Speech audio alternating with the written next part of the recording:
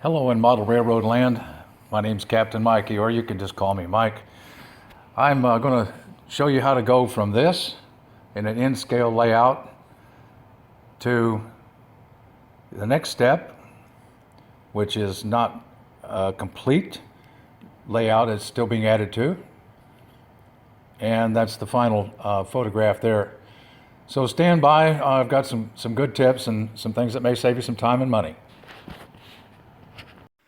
Hello and welcome to my first YouTube video, which will explain some of the pitfalls and pratfalls I've discovered as I ventured into N-scale model railroading. I'm going to run through some details. I'm going to print them out and take photographs so as not to make such a long introduction. I've done this 3 or 4 times now and it's always 3 or 4 minutes and we just don't really need that. So I'm going to make a list of my materials and I'll just briefly tell you why I chose the materials. I chose 2-inch foam as my foundation. It's very quiet, extremely easy to work with. $45 for a 4x8 sheet, but it'll last forever, maybe longer. I chose to use WOODLAND SCENICS foam roadbed. It's an amazing product. I strongly recommend it. You can't go wrong with it. They make sheets also if you need underpinning for your buildings or a switch yard or whatever. As you'll see, I have a pretty good size switch yard. I used 1x6s and put the 2-inch foam on the 1x4s, 2x4 legs, of course. Atlas code 80 N-scale track, and I ended up using the Pico turnouts, number 4 and number 6. They work a whole lot better than Atlas. I will never purchase another Atlas turnout because of the simple fact that they move as your train goes across it, and you're going to have a bunch of derailments. Picos lock into place, open or closed. I also came up with what I think is a neat, unique idea on how to make sure you can look at your turnout and make sure it's either open or turned, main line or switch, red light, green light, and I'll get into that. I'm kind of proud of that.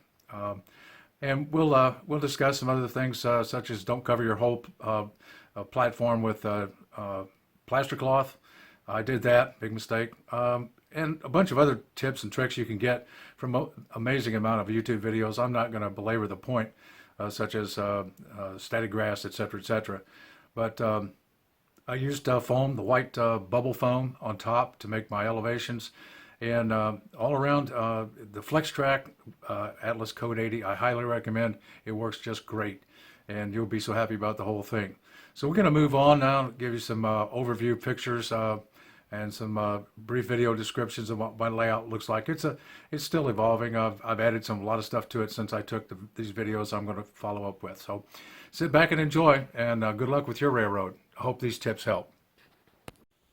I hope you can see, I'm sure you can, that literally each piece of rail is pinned down prior to marking it off, because it just has to be exact in order to get the roadbed exact.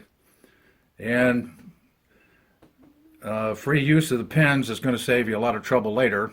I'm certain of that, because it just has to be that way.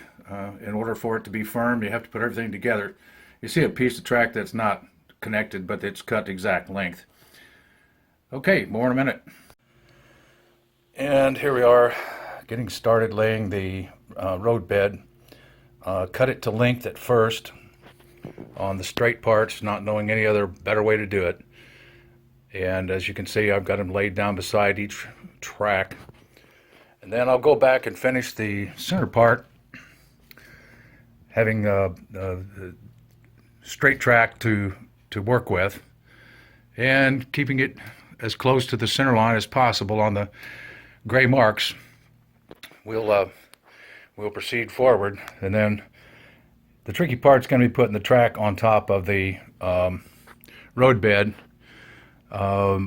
with the switches and etc.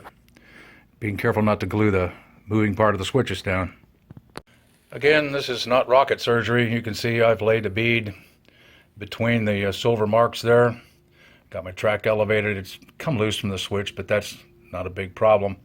As you can see, I'm using Liquid Nails Projects. Works fine.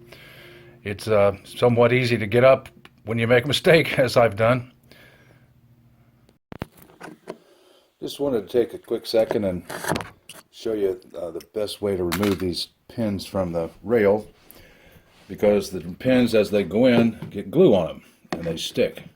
So use your needle nose pliers, hold the rail down beside the pin and pull it out, because you might uproot the entire track if you don't.